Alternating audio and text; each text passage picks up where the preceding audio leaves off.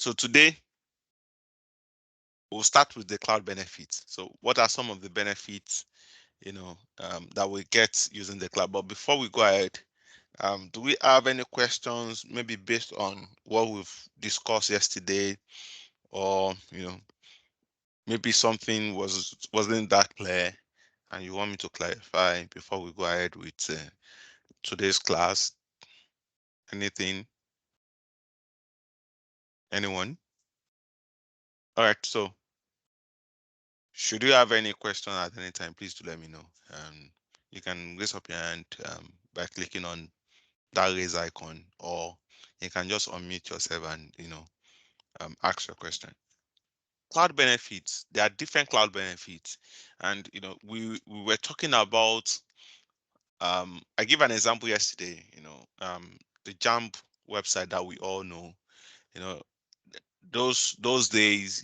When you take a Jump exam, and when it's time for you to now check your results, you will notice that the web application, which is the website of Jump, will be dragging at that particular time.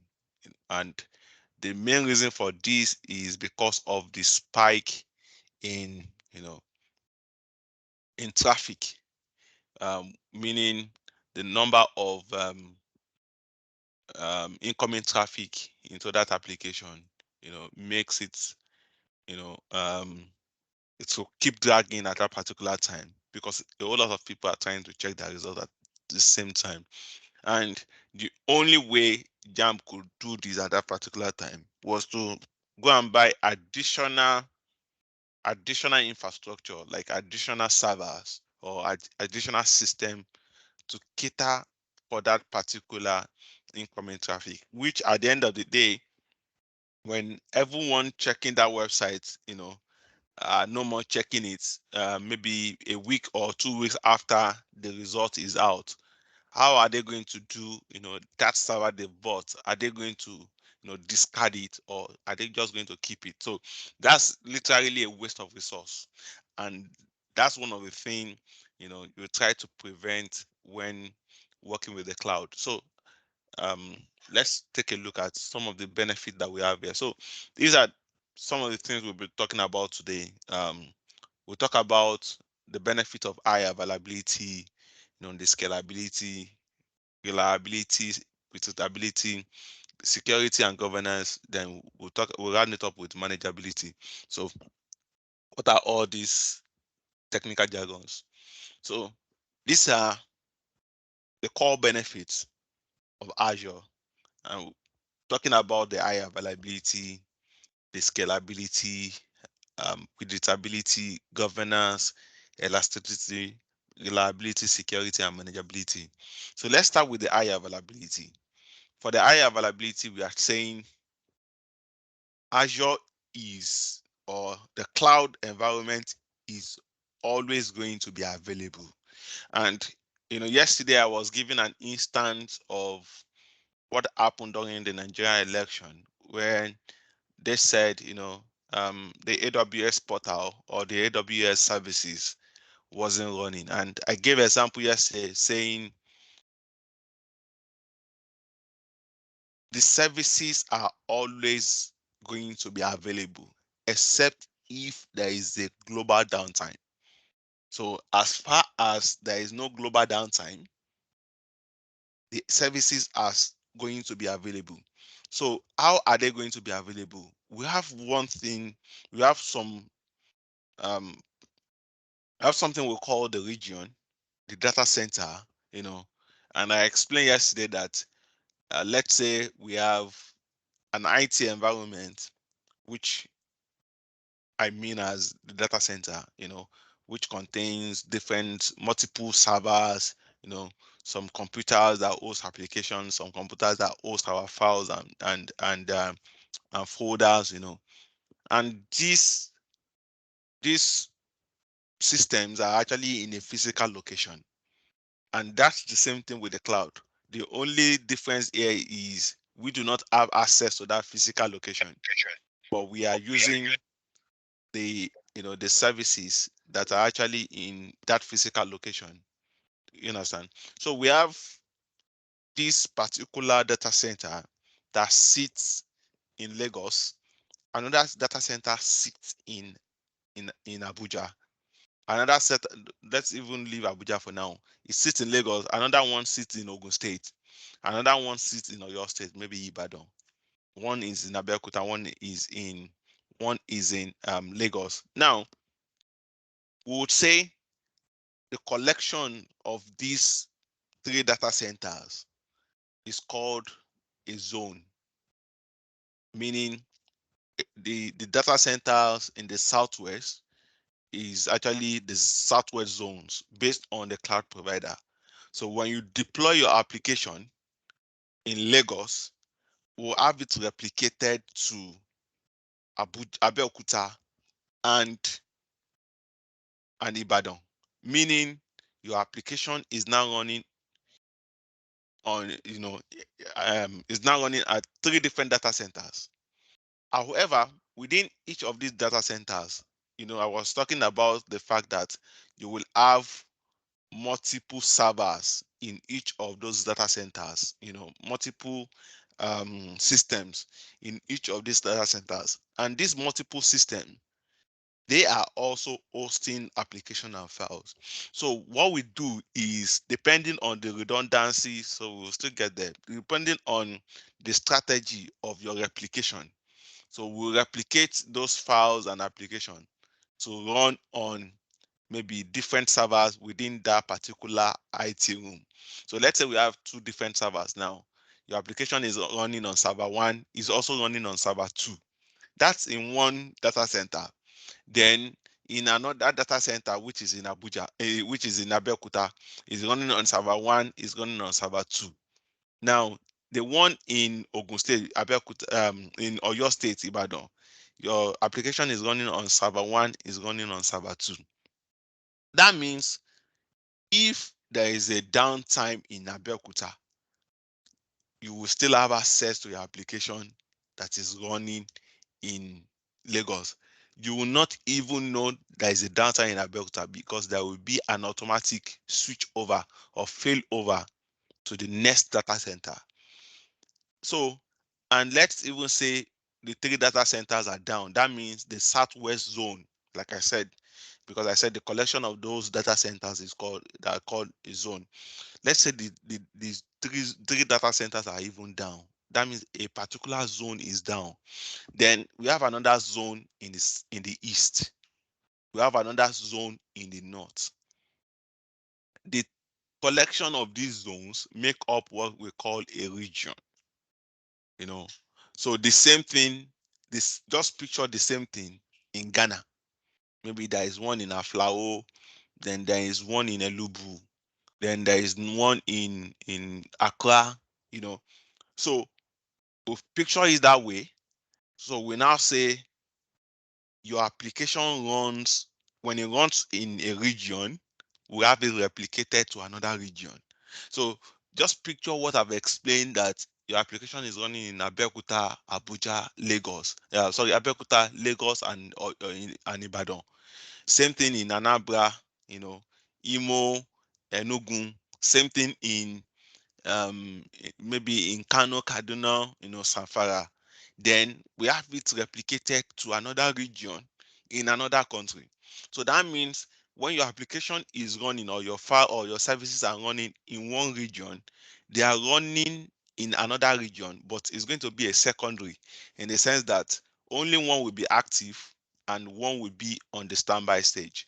That means if, let's say, there is a riot in Nigeria, and maybe no lights, no people start destroying everything, there will be a failover automatically to the Ghana region. That means this only tells us that with Azure services, the availability is 100%. Even when Azure has come out to say, yes, our availability percentage is 99.99, meaning your application might be down for 14 hours within 1 year, which I've not even seen. So it tells you that your application or your files or your services are always going to be available. and that explains the high availability. I was talking about the banks yesterday when they will tell you for 6 hours on the 24th of February, you might not be able to use your application because we'll be running a check, or we'll be running an upgrade on our application. They're trying to work on the server that hosts that application.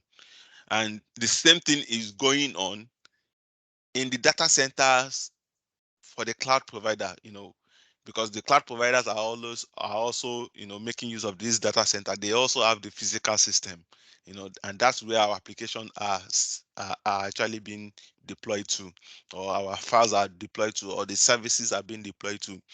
But because of the replication, you know, strategies that they have put in place, where your application is running on multiple servers, within a data center, is running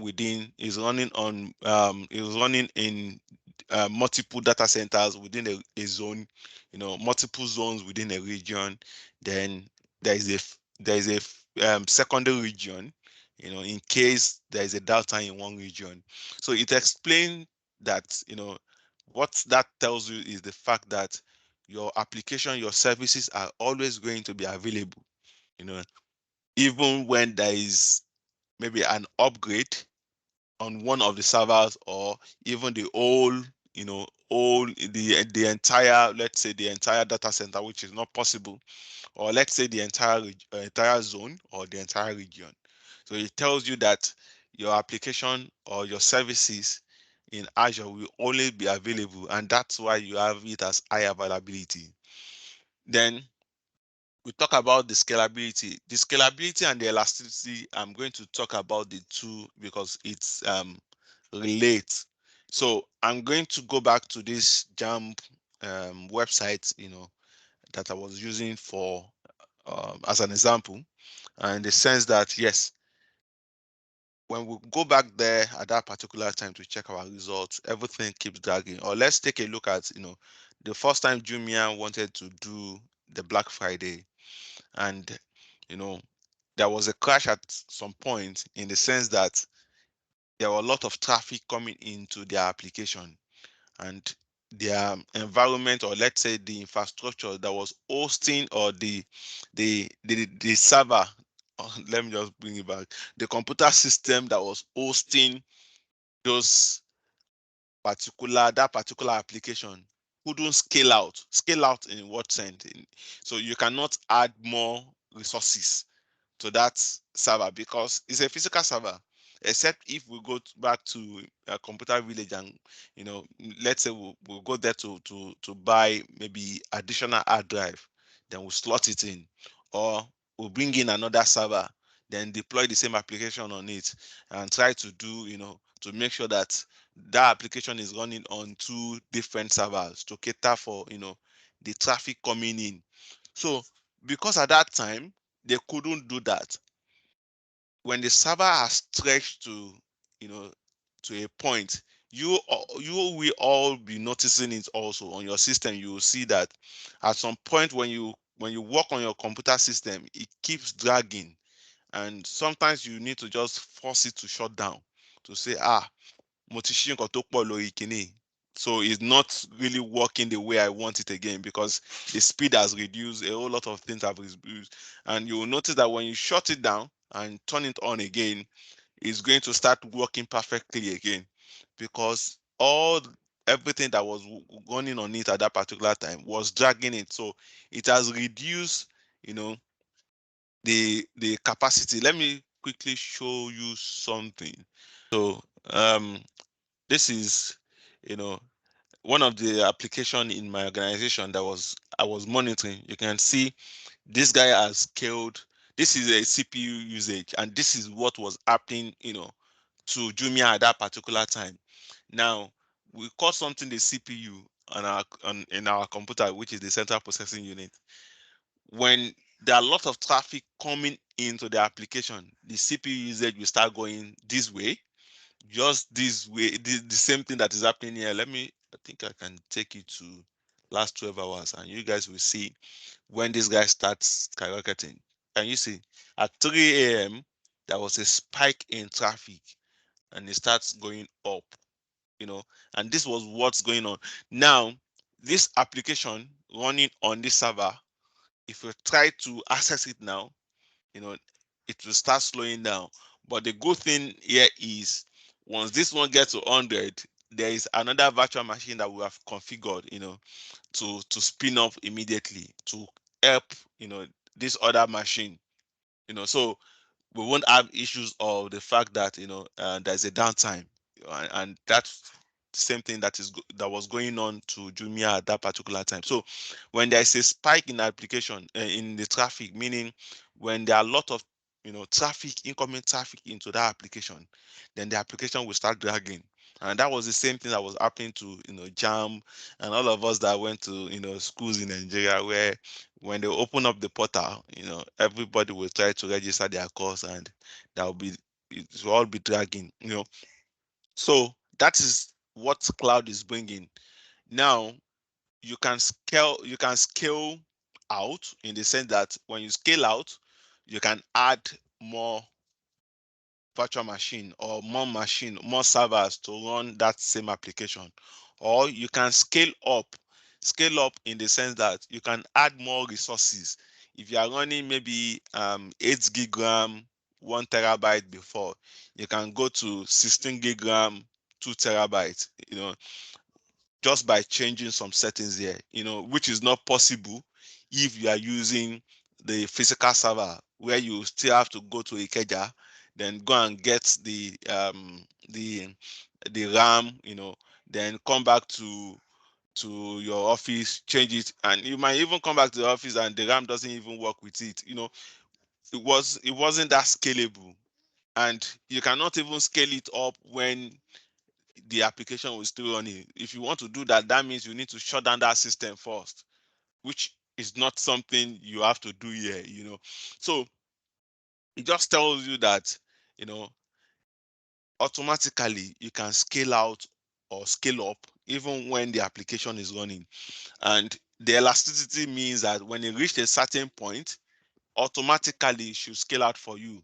But for scalability, yes, it will scale out, but it will not return back to its normal stage when the traffic has reduced. But for elasticity, that means that it gives you that benefit. Your application, your server returns back to the normal state if you are running one server to host that application. Then there is incoming traffic. It scales out to 3 machines. When the traffic goes down again, it goes back to one. The typical example is the jam environment. That means when you are running, when everybody is trying to check their results, we can add additional machines or additional servers to cater for that traffic, and it will still look as if nobody is nothing is happening in the back end, because regardless of the number of people that are trying to check their results, it will still run the same way it runs before that particular period. And when the traffic has gone down, those additional machine that has been created will be discarded. And that's the scalability, elasticity. Please, if you if you if you have any question at any point, please do let me know. Then we'll talk about the predictability. Predictability in the sense that we were talking about the cost. So we were talking about OPEX and CAPEX yesterday. I told you that Azure has these pay per use consumption rate, in the sense that you only be charged for what you use. Talking about the OPEX, when we talk about the OPEX, so the operating cost, that is what you will be charged for. So predictability, it means that for any environment of any Azure services you are spinning up, you will get the total amount that you will spend at the end of the month.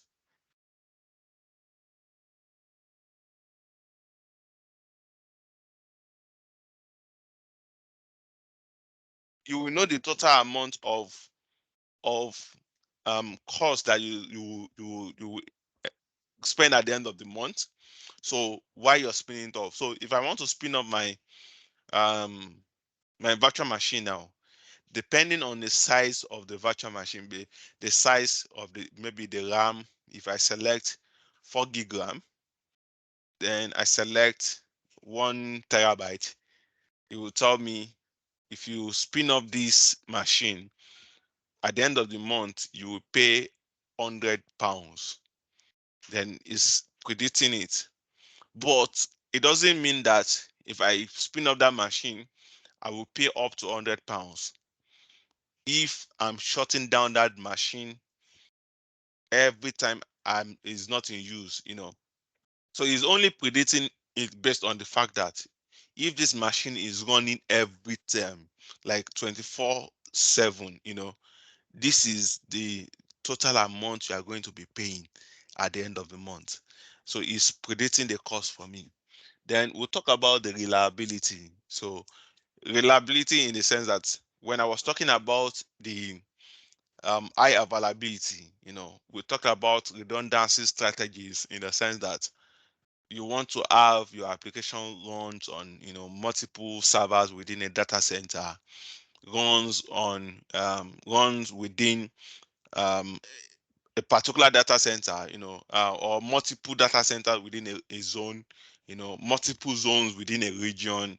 Then have a region peer in the sense that if there's a downtime in any of these, data center, it will not affect your application, your files, your folder. And that's why most of us, since we have started using, Google Drive, we've never for once had the issues accessing our folders and files within our Google Drive space.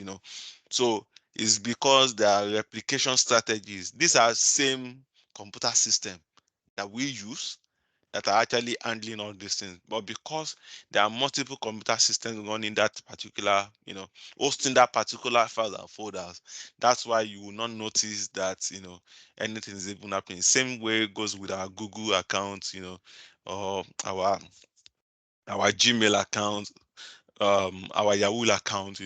So your files are being replicated in different data centers, different machines that host all these files and folders, and that makes it so reliable in the sense that at any point in time when you want to access it, you get what you want to access. You get to it. So which might not be possible if you are using this on premises. Sometimes maybe there is no light for 3 days. Even the solar, um maybe during the rainy season, there was no sun, you couldn't charge it, you had to make use of the generator, and you had issues with the generator also. So it doesn't give you that, that's it's not that reliable when it comes to on-premises compared to the cloud environment. Then the security part of it, the security in the sense that yes, we are saying if I put in my files to the cloud, is it really secure?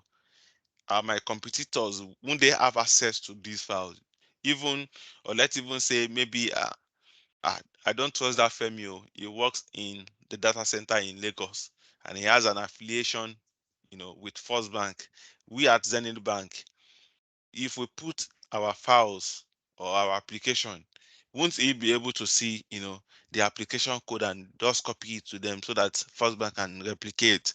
So Azure is saying for every files and folders that you put in, that you put on our application, everything is encrypted. Even people working in the data center, if they try to download it, it's going to be encrypted. And we are saying, yes, you are using your own key to encrypt it. What if your staff knows your own key? And Azure is saying, yes, you can bring your own key, which we call the consumer key. So don't worry about all this. We'll still talk about it. We'll get to talk about it during the next course. So the consumer key. So you use this key to encrypt, whatever files and folder you are putting in there. That means nobody will have access to those files and folder except you. Aside that, you know, there are a lot of things you will get to hear. People are being hacked their Facebook environment, their WhatsApp, and the first question I ask is, have you even activated your two-factor, 2FA? And that 2FA, what it gives to you is, you know, it gives you the second level authentication. So yes, you have your username and password, but can somebody get your username and password? Yes. But when somebody get your username and password, we are saying, please activate, have your maybe your phone number as a second level authenticator, in the sense that if I put in my username and password into this website, please send me a text message for me to confirm I'm the real person that is trying to access, my account. And that's what we call the 2FA. So I know you have noticed this, that even when you put your username and password, it will still send you a message to say most of it is the bank. You send us those codes, and if you are using maybe GT Bank, you will have I forgot the name of this thing. You will still have a token that gives you, you need to go and press to check the code. That's the second level authentication. So all these things are some of the things you get, to use when you're using the cloud. So a lot of securities when it comes to, cloud. Then we'll talk about the governance. The governance in the sense that we want to, for whatever our team members or people that have access to our environment are, are doing in our environment, we want to have the control over what is going on. So I might say, okay, in this our environment, nobody should be able to create anything. Then I'll put what we call a policy, just the normal policy that all these legislators they put on. So we can do the same in Azure. We put a policy to say, you must not be able to this. There is a policy to prevent everyone trying to create a resource in our environment. So we'll talk about governance, then we'll talk about manageability, which is more of the governance also. How do we manage our environment? How do we assign roles to users? So all these things, you just take it as these are the benefits of you know the cloud. These are the benefits of using Azure, but we'll still get to talk about it more. If you have any question, please do let me know. Then the next one is going to be, the service types, and that's where we'll end it for today. But before I go ahead, any question, anyone?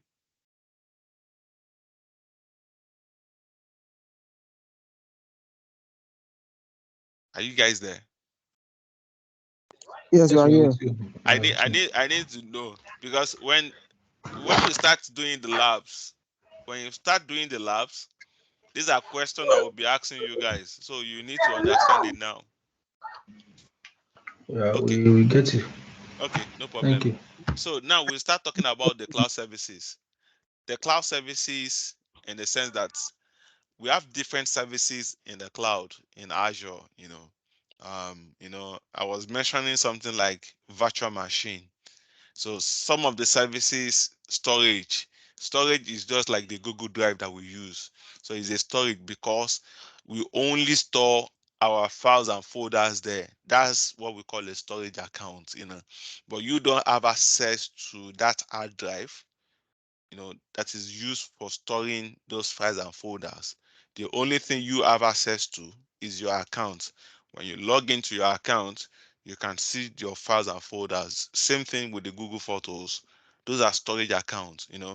When we talk about SaaS environment, you know, maybe some of you might have heard of SaaS environment. When you talk about SaaS, we are talking about those applications that you just put, or services that you just put in your username and password.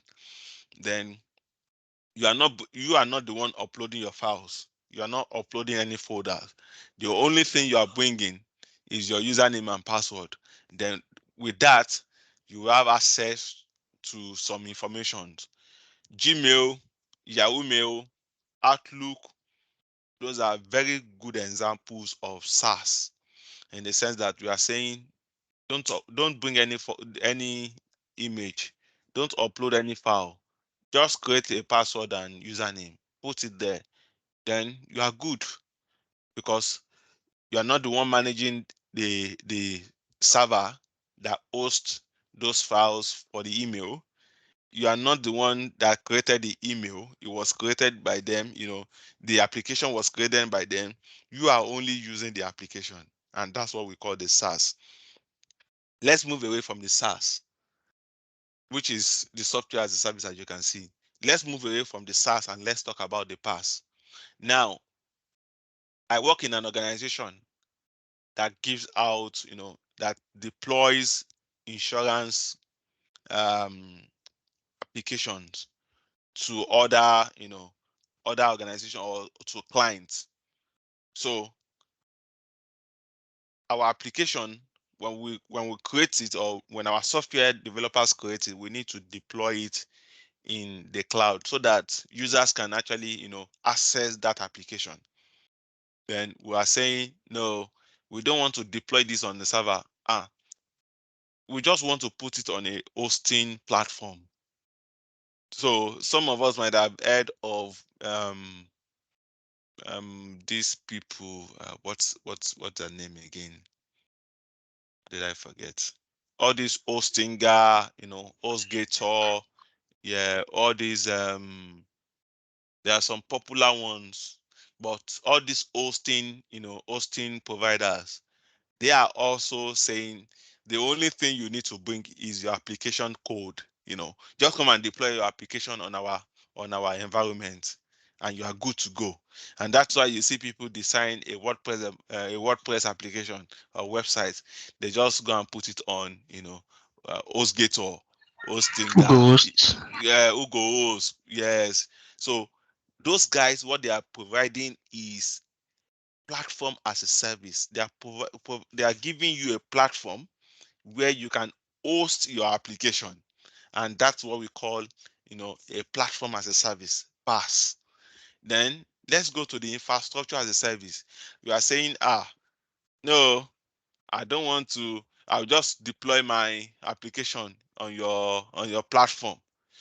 No, I want to be able to manage your underlying infrastructure that is hosting that application, because we have multiple applications that we want to host. So we need the machine.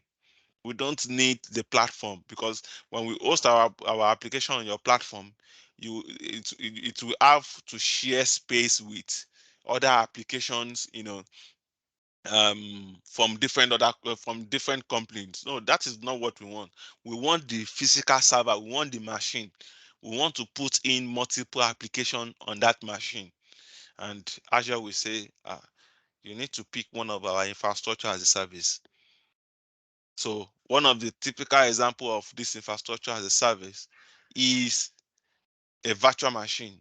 So those are the three, services that we have in Azure. So we have the infrastructure as a service, we have the the platform as a service, and also the software as a service. So let's discuss this.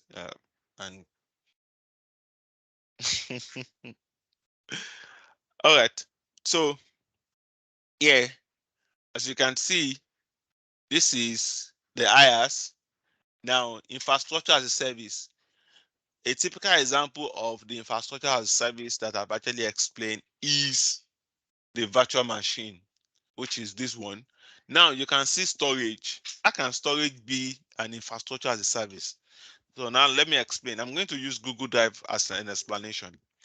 Google Drive is providing you a platform where you can put your files and folder. Now, it is not just your username and password. When we say Gmail, when we use the Gmail, you only need a username and password. then your emails are flying in because people are going to send you email, you are going to write them. It's just an application for you, just to communicate. So you are not really doing anything, you are not uploading any files, you are not managing the files. The only thing you are doing there is just sending emails. Now we are presenting you with a platform where you can now put in your files and folders. That's that's that's platform as a service. you know you come there, you put in your file and folders, then you manage your file. You can go there and delete your file, you can re-upload another one. But I'm saying no, I don't just want where I will put my files and folders.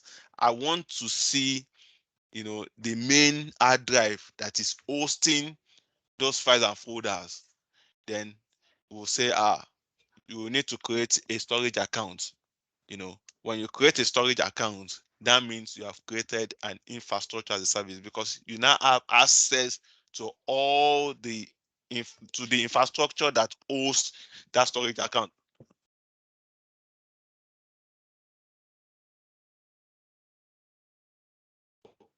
Oh, the bá mi mú wá fún màá ṣe kíní bì.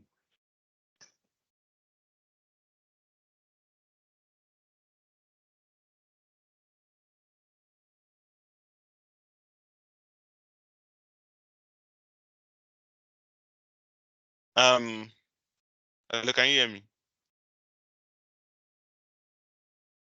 Yes. Hello. Okay. Yeah. So you have Huh? so you have access to that storage account that hosts those files and folders now. Now, the same thing goes with the networking, the firewalls, and the likes. Now, we'll be looking at why networking in the cloud.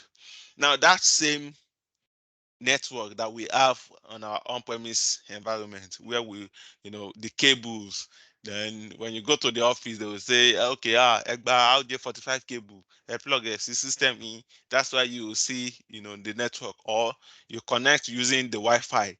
So with that now, you know, all those cables now, you are not seeing it in the cloud. I was showing you a virtual machine, and on this virtual machine, you will see that this virtual machine has its own internet too.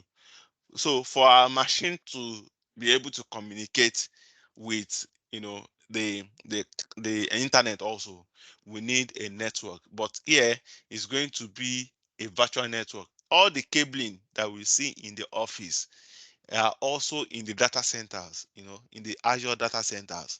We are not going to see the physical cable, but we can see that we can connect, to a network, and that's what we call the virtual network. Same thing goes with, so when we are presented with, the infrastructure itself, then we call it infrastructure as a service.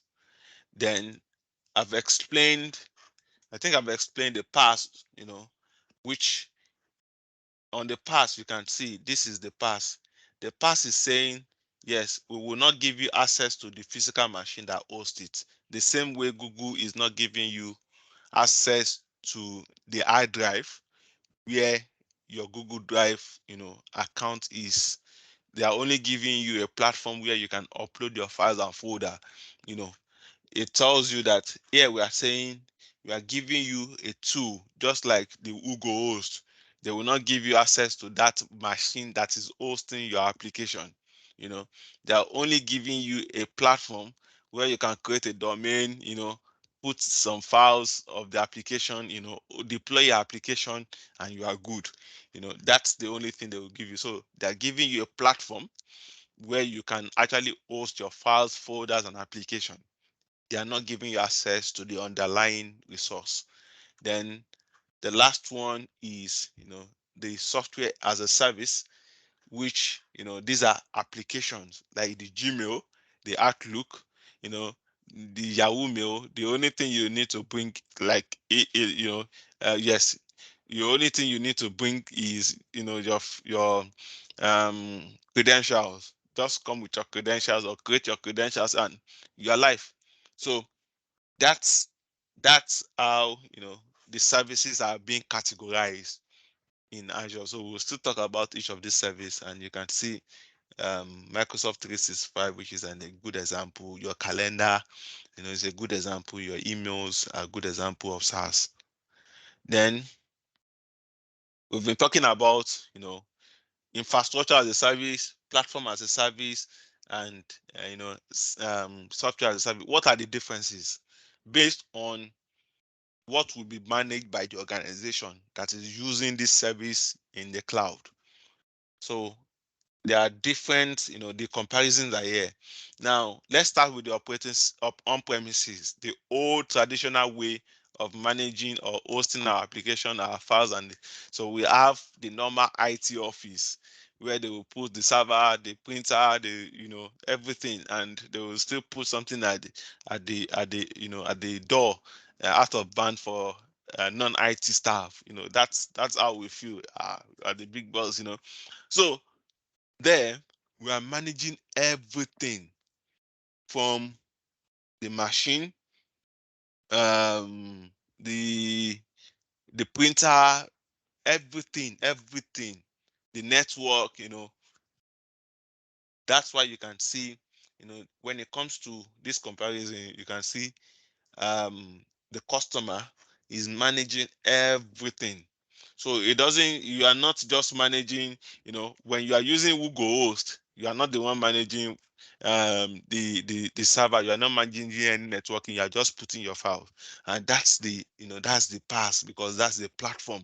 And you can see when it comes to even in Azure, if you are creating a virtual machine in Azure, I'm not managing the physical data center. I don't know where the normal machine is. I don't know the server. I don't know the network. The network, that's the physical machine that is hosting. I don't know it. The whatever is going on in the data center, the AC, the generator, or the light they're using, we don't care. Because as a customer, what we've actually requested for is an infrastructure. So we don't care about the underlying infrastructure that is hosting that virtual machine. So that's why you will see that when you go for infrastructure as a service, you have access to a virtual machine, and a virtual machine comes with an operating system. So you can decide, I want Linux on this system, I want Windows on this system. So if you see the virtual machine I was showing you the other time, you will notice that that virtual machine is running Windows. So it has Windows operating system. So I'm the one managing the Windows operating system. So I will manage, it's just like the same way, I'll manage everything in my machine. The only thing is I don't I don't have access to the physical machine itself. So, and that's why you will see that, from operating system, the network control, the application that runs on that machine, I will manage it. How do I access the machine, the identity, the accounts that I use in managing the machine, I will be the one to look for it. Then this is the device, which is my physical system that I'm using to access the machine. You know, then the information I put on there, everything is managed by me, except the data center, the network, and the host.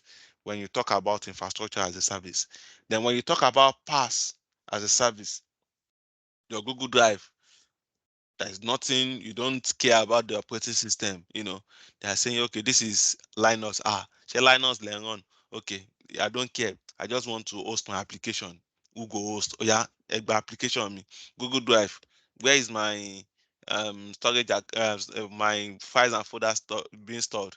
We don't even know if the system is, a Windows system or is Linux system. We don't care. We just go there, put our files, put our folders, but we manage access to it, which is, the authentication type. Then you will see that we manage part of the network. you know yeah, we manage part of the application, because you still have to download an application, on your phone, which is the Google Drive. And the network, you need to have a network, to be able to access. And that's why you'll see there's a shared responsibility between you and, and Microsoft. Then the infrastructure, you know share the directory, which is the account and the identities that you use in managing. You need to create your account to be able to. Then we have the device, which is your phone that use, or your system that you use in accessing that Google Drive. Then your information, which is your files and folders that they are put in there. Then when we talk about your email address, what's your business with the application, that is hosting. The only thing is you download the application on your device, then you have to at least still manage your account that you use in accessing your Gmail, your Outlook, your calendar, if need be. Then the device is running on dot, then the information and data, when you start sending email, you start getting data, you start getting information, and that's the comparison when it comes to the different services that runs in the cloud in Azure. I think we have passed our time, but I think we have only one slide to go. So let's just quickly. So this is the cloud comparison. Just like I've said, you manage a whole lot of things when it comes to IaaS, but it gives you that total control. The sense that you are being presented with, let's say, a machine, an hard drive, a storage account, where you can say, "Oh, I want this operating system." No, I don't want this operating system. This our application runs best on Windows. No, it runs best on Linux. So you can select, then pass.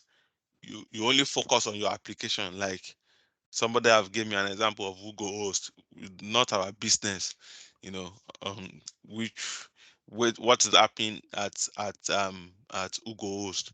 We only focus on deploying our application, our website on it, then they are the one managing every other thing there. Then for the SaaS, there is nothing, we don't care about the application. We didn't deploy the application. It's not our business. The only thing we are concerned about is, we just want to go in there, put in our credentials, then access our files, access our information, then we are good. So yeah, I think that's the end of the class, for today. I'm going to, let me see, I think we've got some questions there. Yeah, knowledge check. Let's see if we can answer these questions.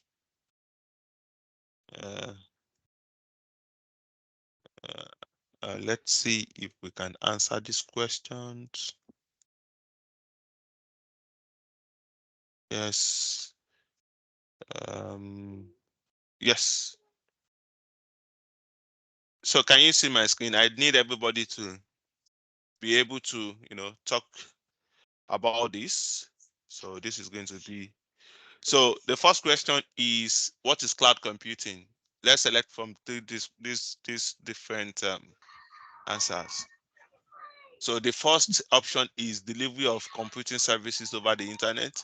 The second one is delivery of storage services over the internet, and the third one is the delivery of websites accessible via the internet. So which one fits this thing well? Which one fits this thing well? Delivery of First computing option. service. First option Yes, A. First off, yes, option A. All right. So the next one is, which cloud model uses data center focused on providing cloud services to anyone that wants them, and some data centers that are focused on a single customer. Hybrid. Hmm? I think it's hybrid on the second public option. cloud. Ajibola, can you Hybrid say that cloud. again? Public cloud. Public cloud. Who agrees with Ajibola?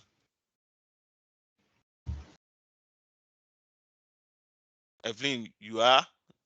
Tunji, what's your own? I think you were trying to say something else. I said hybrid. Yes. So you said hybrid. Okay. Any other person? Ezekiel, Babatunde, Shola. What do you think? I'll go with hybrid Why are you going with hybrid? Because it says provide cloud service to anyone. That sounds Mhm. public.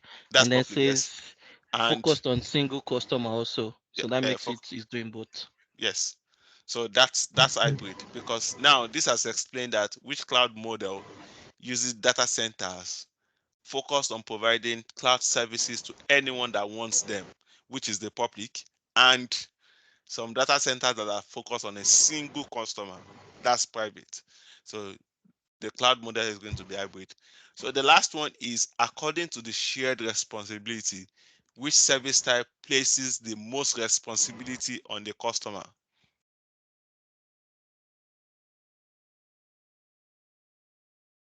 Anyone? The most responsibility on the customer. That means the customer is managing a whole lot. Infrastructure as a service. Yes.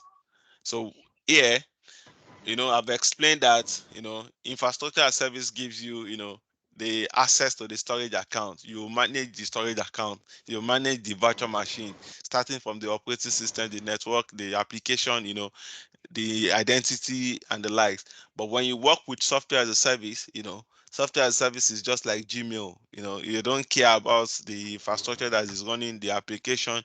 You only go there to log in. Then when you talk about the platform as a service, which our Google Drive is a very good example, or our um let me say our Google Host is a very good example. We only go there to just deploy our application, and we move ahead. So so let's check our answers. You can see these are correct answers. So I'm going to send you guys, I'm going to drop some things to the group today, and um that's the path that you need to follow.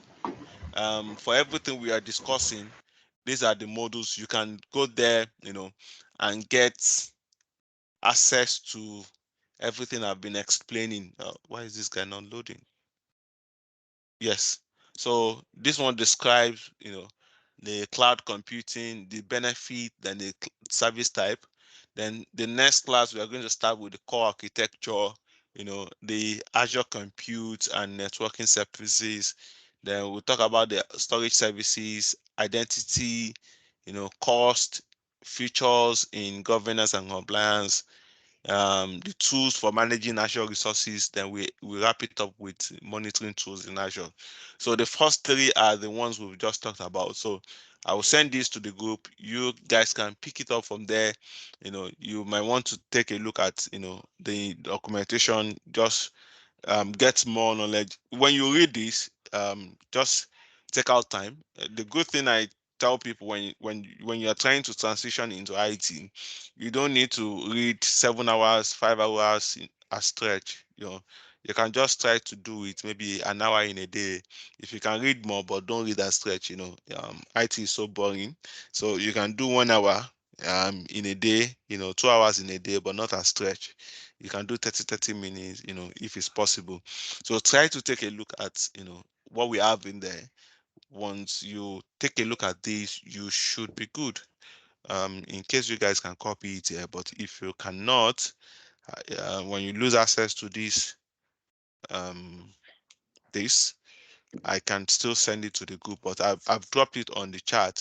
But if you can copy it there before we end the class, because when we end the class, I think you guys will lose access to it. So like I said, I'm going to create, our Slack environment where we can drop documentations like this, and you guys can go there to pick it up.